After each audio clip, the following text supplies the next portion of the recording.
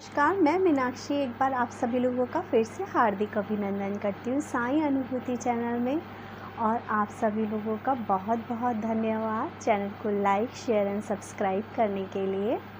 इसके अलावा जैसे कि साईं बाबा से रिलेटेड बातें हम करते ही रहते हैं, तो आओ चलो फिर से साईं बाबा की गुणगान करें। तो दोस्तों, आज मैं जो आपसे बात कहने जा रही हूँ वो सिर्फ इतनी कहने जा रही हूँ कि मेरे पास बहुत सारे फ़ोन आते हैं, कुछ लोग मुझे मैसेजेस करते हैं और उसमें लिखते हैं कि अब मैं बाबा की पूजा नहीं करूँगी, अब मैं बाबा की उदी नहीं लगाती।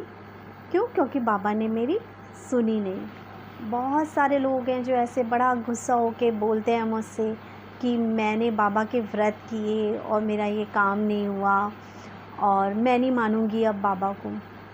उन सभी भक्तों से मेरा सिर्फ़ एक ये कहना है कि आप मुझे सिर्फ़ इतना बताइए, अपने अंदर झाँक कर सिर्फ़ इतना बताइए, क्या आपने एक प्योर हार्ट से बाबा के व्रत रखे थे? क्या आपने बिल्कुल प्योर हार्ट से बाबा को मांगा था? क्या आपने बिल्कुल प्योर हार्ट से बिना किसी लालच के कि बाबा मुझे ये देंगे और बाबा मुझे वो देंगे भक्ति की थी? और जिस चीज़ की आपने कामना की थी कि बाबा मुझे ये चीज़ देंगे, उसके लिए आपने खुद कितना स्ट्रगल किया या कितनी मेहनत करी उस चीज़ को पाने के लिए? या सिर्फ बाबा के आगे दिया जला के हाथ जोड़ के सिर्फ बाबा से ये कहते रहे कि बाबा मुझे ये दे दो और बाबा मुझे वो दे दो? क्या आपने खुद कोई स्टेप उठाया उस चीज़ को पाने के लिए? जैसे कुछ लोग कहते हैं कि हमारे पास नौकरी नहीं है और मैं बहुत परेशान हूँ, मैं बाबा की बहुत बड़ी भक्त हूँ, लेकिन अभी तक मेरी नौकरी नहीं लगी, बाबा मेरी सुन नहीं रहे। अब मुझे एक चीज़ बताइए, आप बाबा से बहुत अच्छी चीज़ की कामना कर रहे हैं और उसके बाद आप अपनी तरफ से कोई भी इनिशिएटिव नहीं ले रहे हैं कि आप इंटरव्यूज़ देने जा रहे हैं बहुत जगह। ज़रूरी नहीं है कि एक बार इंटरव्यू देने से ही आपका सिलेक्शन हो जाए। हो सकता है 2 या 3 या 4 अटैम्प्ट लगे हैं आपके इंटरव्यू क्लियर होने में। हो सकता है आपने जो कोई एग्ज़ाम दिया हो उसमें पास होने में 1 साल 2 साल लग जाएं।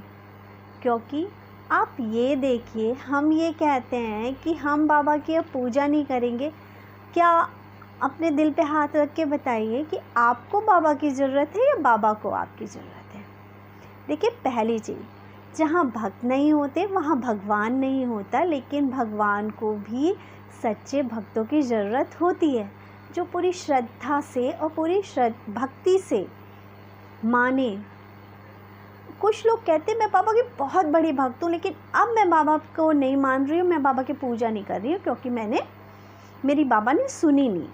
लेकिन आप मुझे एक चीज़ बताइए, जहाँ आप अंडरलाइन करते हैं कि मैं बाबा की बहुत बड़ी भक्त हूँ और उसके बाद आप ये कहते हैं कि मैं अब बाबा की पूजा नहीं करूँगी, तो मुझे सिर्फ इतना बताइए, क्या ये शब्द कहना कि आप बहुत बड़े भक्त हैं ये जायज़ है? क्योंकि भक्ति विश्वास का दूसरा रूप है। यदि आपको विश्वास नहीं है तो आप नहीं कह सकते कि आप बाबा के बहुत बड़े भक्त हैं। बाबा ने तो कहा ही है ना, श्रद्धा रखिए, सबूरी रखिए। हम ये कहते हैं बाबा ने हमारे काम नहीं किया, ठीक है, मेरी उससे बन नहीं रही है, वो मुझे इतना भला बुरा कह के चला जाता है, बाबा उसका तो सब कुछ भला करते हैं लेकिन मेरा नहीं। आप ये बताइए कि उस रिश्ते को अच्छा करने के लिए आपने कौन सा इनिशिएटिव लिया? या चलिए कोई इनिशिएटिव मत लीजिए, उसने आपको भला बुरा कहा, क्या आपने उसको भला बुरा नहीं कहा? आपने भी तो कहा होगा ना। रिश्तों को सुधारने के लिए हमें खुद भी कोशिश करनी पड़ती है। किसी जॉब को पाने के लिए हमें भी इंटरव्यूज़ के अटैम्प्ट करने पड़ते हैं और अपनी बीमारी को सही करने के लिए भी दोस्तों हमें जहाँ बाबा की पूजा, बाबा की उदी का सेवन करें, वहाँ आपको डॉक्टर के पास जाना भी ज़रूरी है। हो सकता है कभी किसी कारणवश हमें दवाइयाँ ना लग रही हो, लेकिन बाबा की भक्ति करने और बाबा की उदी का सेवन करने से हमें वो दवाइयाँ लगनी शुरू हो जाती हैं। और रही बात इस चीज़ की, तो मैं सिर्फ इतना कहना चाहूँगी दोस्तों कि बाबा ने कभी ये नहीं कहा कि कर्म मत करो। बाबा हमें हमारे कर्मों का फल देते हैं। बाबा हमारी श्रद्धा देखते हैं, सबूरी देखते हैं और हमारी साथ ही साथ मेहनत भी देखते हैं कि हम आखिर जो चीज़ पाना चाहते हैं उसके लिए भी कुछ कर रहे हैं या नहीं कर रहे हैं। ठीक है, और इसलिए कहती हूँ दोस्तों, श्रद्धा, सबूरी, विश्वास, मेहनत, इन सब के साथ ही बाबा की पूजा की जाती है। हम कितनी बार क्या, अगर मैं आपको बोलूँ तो मेरे पास एक कमेंट आया। मेरी एक वीडियो थी जिसमें मैंने अपनी फ्रेंड के लिए साईं सचरित पढ़ी थी और बाबा ने 7 दिन में, जहाँ उसकी 4 या 5 महीने से नौकरी नहीं लग रही थी, 4 या 5 महीने में से जो नौकरी नहीं लग रही थी, 7 दिन की साईं सचरित पढ़ी और उसे जॉब मिल गई। तो एक बंदे ने कमेंट करके लिखा कि हमने तो 34 टाइम्स साईं सचरित पढ़ी, हमारा तो। मैं सिर्फ इतना कहना चाहूँगी अपने उस भाई को कि क्या आपने जब वीडियो पूरी सुनी थी तो आपने ये सुना था कि वो साईं सचरित तो उस टाइम पे मैंने अपने लिए नहीं पढ़ी थी, मैंने अपनी फ्रेंड के लिए पढ़ी थी, ठीक है, जिसमें मेरा कोई लालच नहीं था। मैं सिर्फ ये चाहती थी कि मेरी फ्रेंड को वापस ना जाना पड़े और उसको जॉब लग जाए। कभी कभी हमें सिर्फ अपने लिए ही नहीं, दूसरों के लिए भी भक्ति करनी चाहिए। दूसरों के इच्छाओं को पूरा करने के लिए भी भगवान से मांगना चाहिए। और ईश्वर ने तो ये कहा ही है, जहाँ तुम किसी के दुख को दूर करोगे, उसके आँख का एक आंसू पोंछोगे, तो याद रखना कि जीवन में आने वाले तुम्हारे आंसू के तूफ़ानों को भी मैं रोक दूँगा। तुम उसका एक आंसू पोंछोगे, मैं तुम्हें कभी आँखों में आंसू लाने की नौबत भी नहीं छोड़ूंगा। दोस्तों, आज मैं आपको भक्ति की एक छोटी सी कहानी सुनाने जा रही हूँ। ये जो कहानी है, ये कहानी है राजस्थान की कर्मा की। राजस्थान की कर्मा, जिसके पापा मुरलीधर को बहुत मानते थे, कान्हा को बहुत मानते थे। उनकी भक्ति करना, उनकी पूजा पाठ करने में ही उनका जीवन व्यतीत होता था। बाबा और मुरलीधर का भोग लगाना उनका नित्य प्रति का कार्य था। एक बार किसी कारणवश कर्मा के पिता को जाना पड़ गया बाहर 4 या 5 दिन के लिए। अब उनके सामने सबसे बड़ा क्वेश्चन ये था कि मुरलीधर को भोग कौन लगाएगा, कृष्णा को खाना कौन खिलाएगा। तो उन्होंने अपनी वो जिम्मेदारी अपनी बेटी कर्मा को दी और कहा कि कृष्ण का भोग लगा देना। कर्मा उस वक्त छोटी ही थी, उसे ज़्यादा काम करना आता नहीं था, लेकिन उसने उस जिम्मेदारी को बहुत अच्छे से लिया और उसने कहा, बाबा आप बेफिक्र होके जाइए, कृष्णा को खाना मैं खिला दूँगी। अब बाबा चले गए। दूसरे दिन कर्मा ने क्या किया, कर्मा ने को खाना बनाना तो ज़्यादा आता नहीं था, तो उसने जल्दी जल्दी खिचड़ी बनाई और कृष्ण जी के आगे रखी और कहा कि जल्दी से खा लो, और जब तुम खा लोगे तो उसके बाद मैं भी खाऊंगी। अब होता क्या है कि कृष्ण जी ने तो भोग नहीं लगाया, क्योंकि कर्मा छोटी थी। कर्मा को लगा कि कृष्ण जी आकर थाली में से खाना खाएंगे, लेकिन उसे ये नहीं पता था कि ईश्वर का भोग लगाने का मतलब है ईश्वर के नाम की थाली निकाल के ईश्वर के आगे रखना, कान्हा के आगे रखना और अपने मन में ये प्रे करना कि भगवान जी आके इसका भोग लगाएंगे, और भगवान ने भोग खा लिया। लेकिन वो छोटी थी, उससे लगा कि कृष्ण जी आके खाएंगे। वो थाली रख के गई और उसके बाद वो अपने दूसरे कामों में व्यस्त हो गई। उसे बाद में फिर आके देखा और उसने देखा थाली तो जो की त्यों है और कान्हा ने अभी तक खाना नहीं खाया।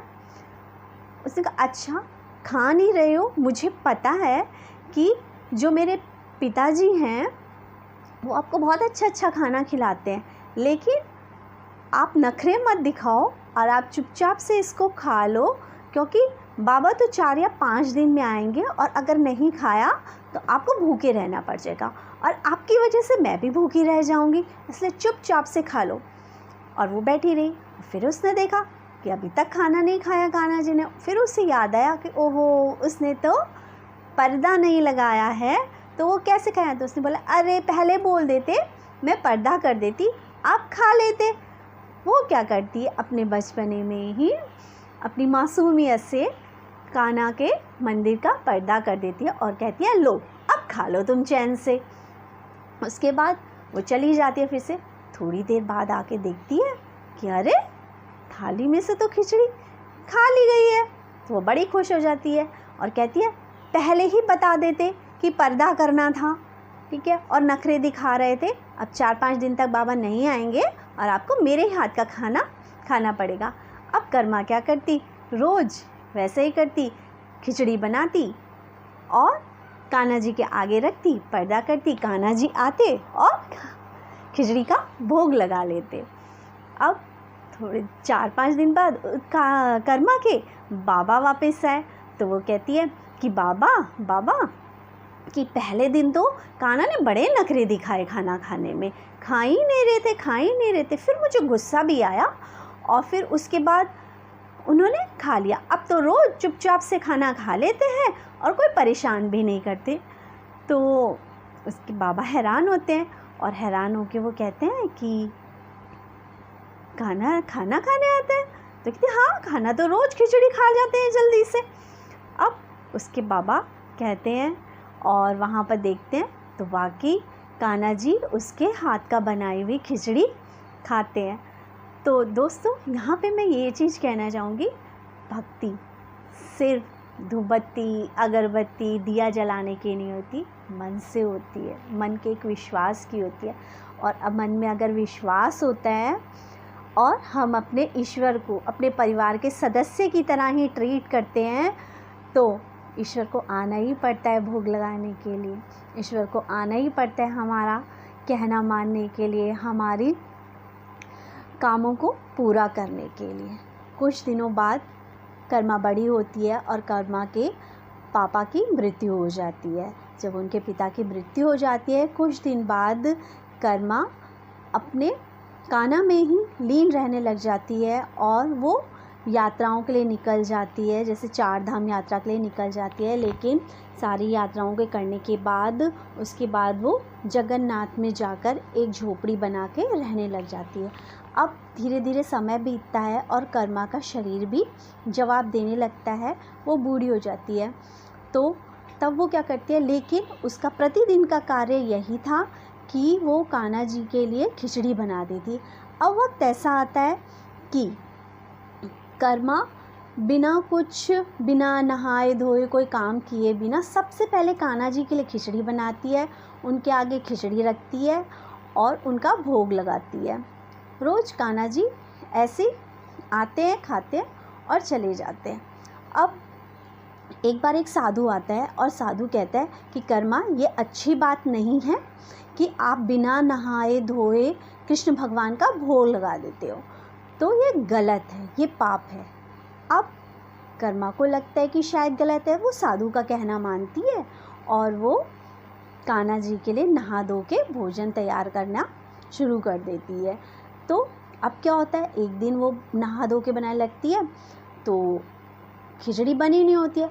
तो उधर एक लड़का होता है, वो झांकता है और वो कहता है मामा मुझे भूख लगी है और मुझे खाना चाहिए। तो वो कहते हैं कि अभी रुक जा, अभी बना नहीं है, आजा बैठ जा, पहले कान्हा को भोग लगा दूँगी फिर तुझे भी खिला दूँगी।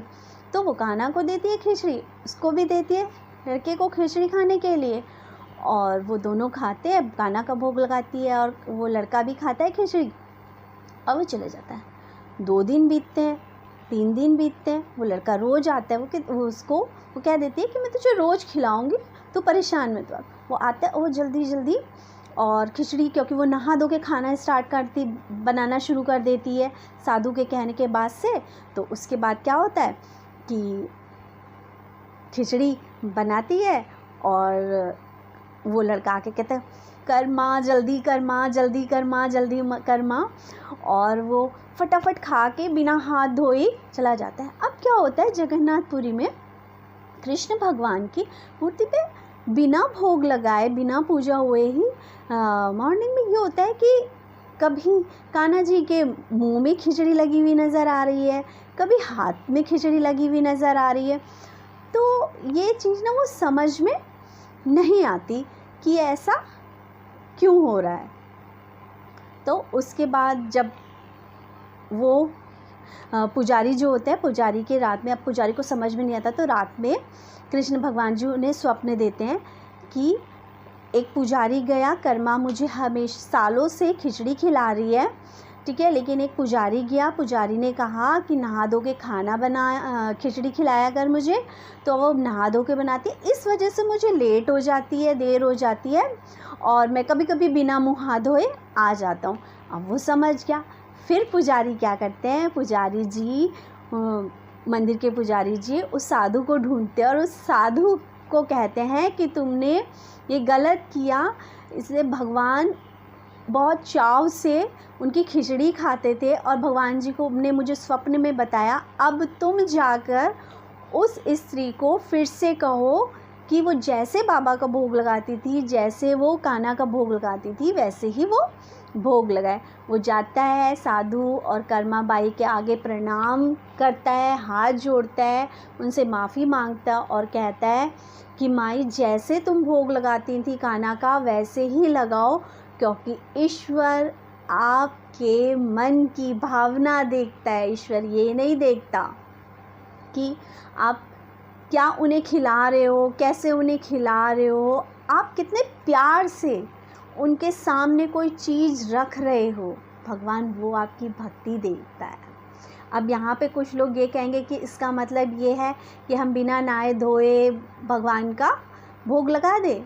मेरा कहने का मतलब ये नहीं है। मेरा कहने का मतलब सिर्फ इतना है कि भक्ति अंदर से करो, ठीक है, और किसी कर्म कांड में ज़्यादा मत पड़ो।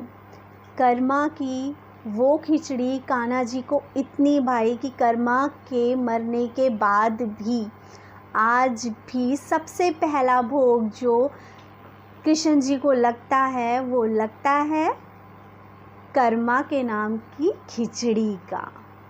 चाहे एकादशी हो, चाहे कोई सा भी दिन हो, कान्हा जी खिचड़ी का भोग ही खाते हैं मॉर्निंग में।